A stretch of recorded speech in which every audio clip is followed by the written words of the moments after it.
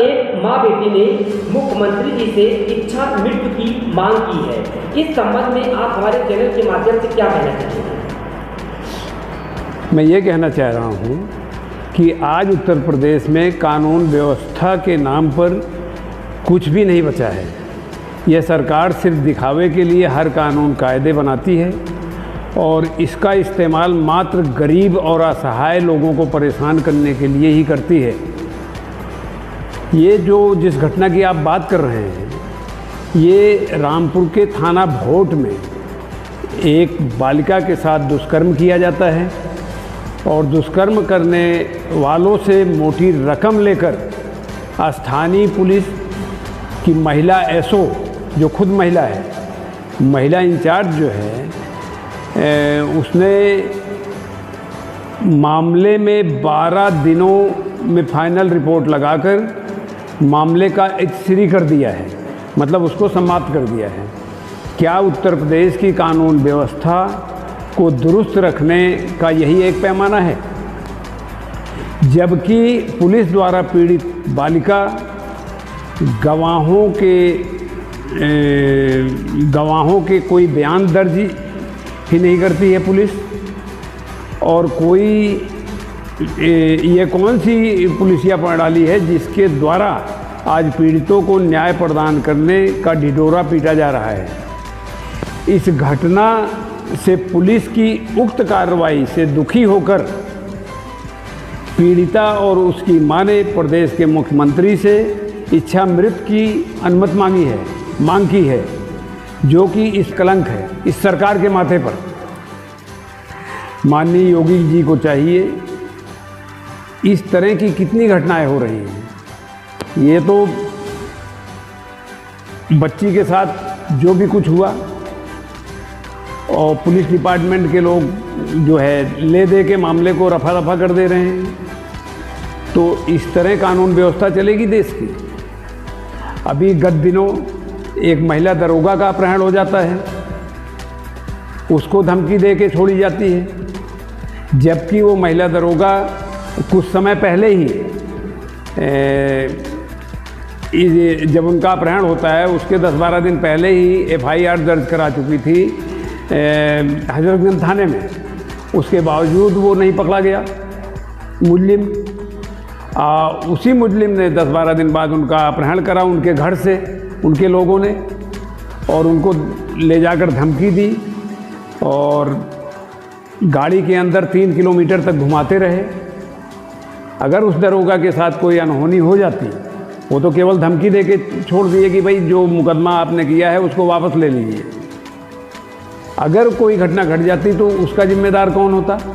जब इस सरकार में महिला दरोगा तक सुरक्षित नहीं है तो आम महिलाओं के लिए क्या कहा जाएगा?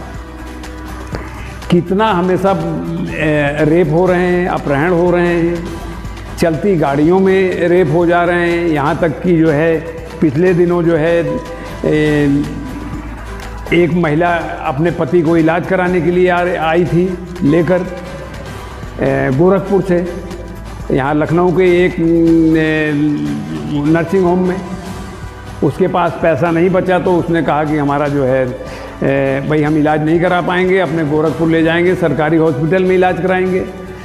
उसको जो है वहाँ से वो गाड़ी वाले हॉस्पिटल वाले गाड़ी का नंबर देते हैं उसके एम्बुलेंस का, वो फ़ोन करती है, एम्बुलेंस आ जाती है, वो लेकर जो है गोरखपुर के लिए रवाना होती है अपने पति को, और पति के साथ बैठती है पीछे, और उसका एक भाई होता है 17 साल का, वो भी पीछे बैठता है साथ में।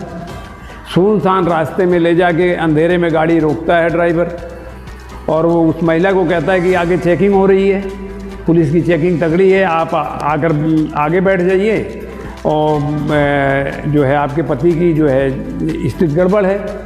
महिला ने अनुरोध किया ड्राइवर से कि भाई हमारा पति बीमार है, सीरियस है, अगर हम आगे बैठ जा रहे हैं तो आगे पीछे बैठने में क्या दिक्कत है? आप मरीज ले रखे हैं, पुलिस वाले कैसे रोक लेंगे? तो उसने कहा आप समझ नहीं रही हैं, आपके पति ज़्यादा सीरियस हैं और गाड़ी ना रुके, इस वजह से हम आगे कह रहे हैं बैठने के लिए। वो आगे जाके बेचारी बैठ जाती है, उसको ले जाते हैं करीब 60 किलोमीटर तक, उसके साथ बदतमीजी करते हैं, गाड़ी में आगे बैठाकर उसके बाद जो है वो हाथ पैर जब मारती है, चिल्लाती है, तो भाई को शक होता है। पीछे से भाई चिल्लाता है, दरवाजे पर, गेट पर आवाज़ लगाता है, तोड़ फोड़ करता है। तो वो ड्राइवर और कलिंजर जो होते हैं वो घबरा कर सोचते हैं कि लोगों को पता लग जाएगा, भीड़ इकट्ठी हो जाएगी। गाड़ी रोकते हैं सुनसान जगह पे, उसके पति को उतार देते हैं और उसका मास्क जो लगा था ऑक्सीजन का वो हटा देते हैं, गाड़ी लेके फरार हो जाते हैं। वहाँ लोगों की मदद से वो महिला चलती है, अपने पति को लेके जाती है, लेकिन उनकी डेथ हो जाती है। कहने का मतलब ये है कि इस तरह की कितनी घटनाएं हो रही हैं, हाथरस से लेके पूरे उत्तर प्रदेश में।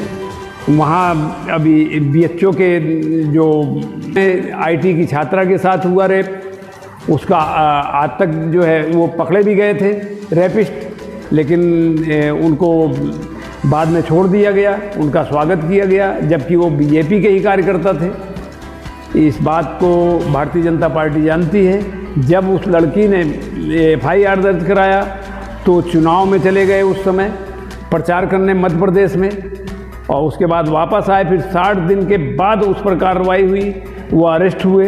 अरेस्ट होने के बाद वो जमानत पर फिर आ गए, फिर BJP वाले उनकी आवभगत किए, माला पहनाए उनको। ये इस देश में क्या हो रहा है, इस सरकार के अंदर?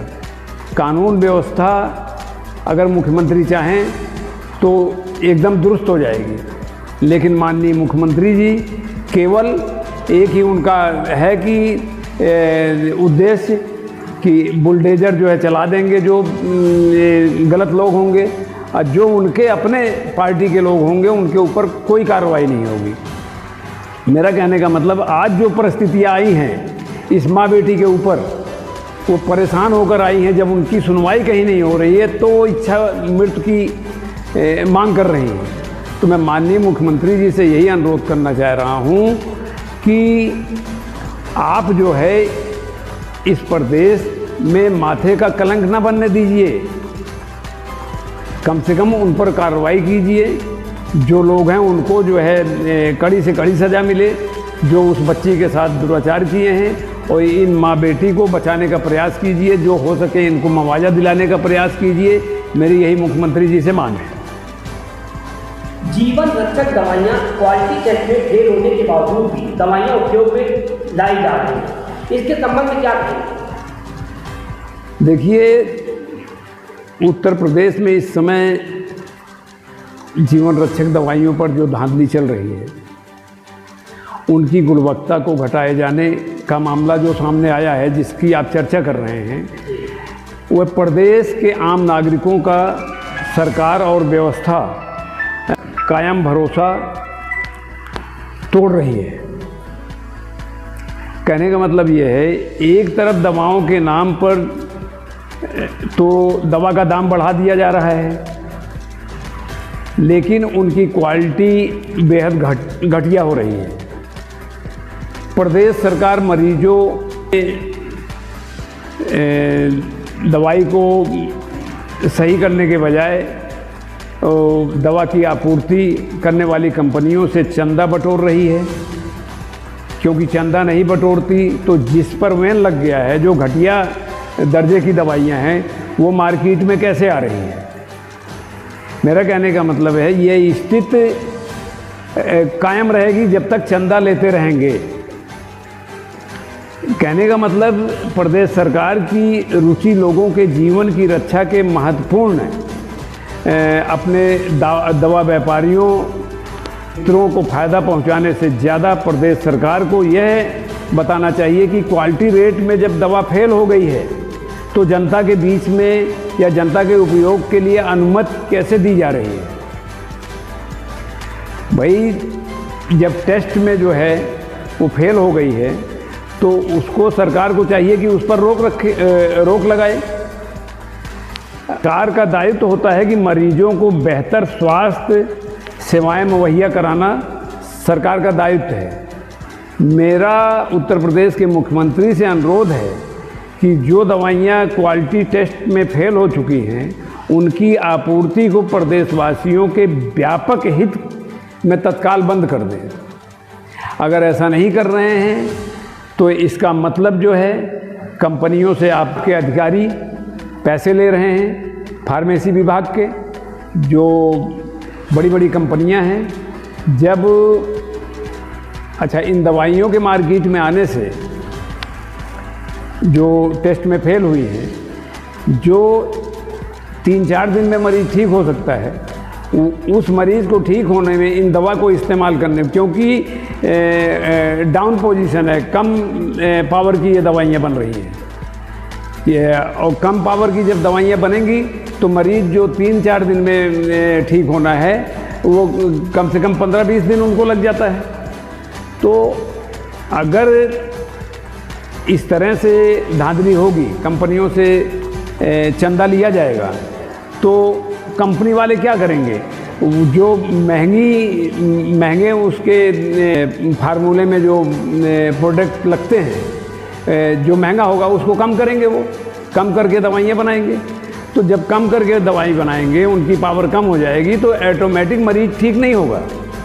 तो इसलिए माननीय मुख्यमंत्री जी से अनुरोध है मेरा कि प्रदेशवासियों के व्यापक हित में ऐसी जो इस तरह की बातें आ रही हैं, या टेस्ट में जो फेल हुई हैं दवाइयाँ, उसको बिल्कुल तत्काल बंद कर देना चाहिए।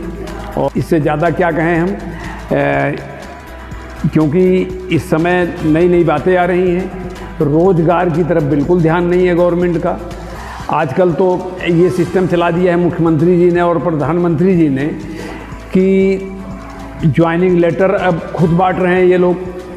बीच बीच में देखने में आ रहा है कि वैकेंसी कोई निकलती ही नहीं है, कब उनका इंटरव्यू हुआ, कब टेस्ट हुआ, और मुख्यमंत्री जी जो है बुला लिए अपने लोगों को, और वहाँ पर जो है ज्वाइनिंग लेटर इशू कर रहे हैं, बांट रहे हैं अपने हाथों से।